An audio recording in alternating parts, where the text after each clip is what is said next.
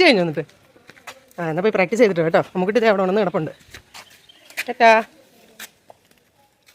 12 മണിയാകുമ്പോൾ വരാം കേട്ടോ. അല്ല 12:30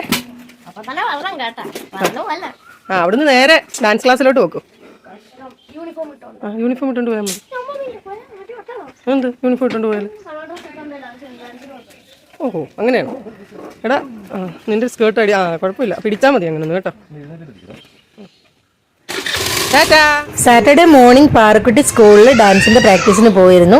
അത് കഴിഞ്ഞപ്പോഴത്തേക്കിനും അമ്മുക്കുട്ടീനെ ഡ്രോയിങ്ങിന്റെ ക്ലാസ്സിൽ കൊണ്ടുവിട്ടു കേട്ടോ. അമ്മുക്കുട്ടി ഇന്ന് സങ്കടത്തിലാണ്, ഒറ്റയ്ക്കായതുകൊണ്ട്.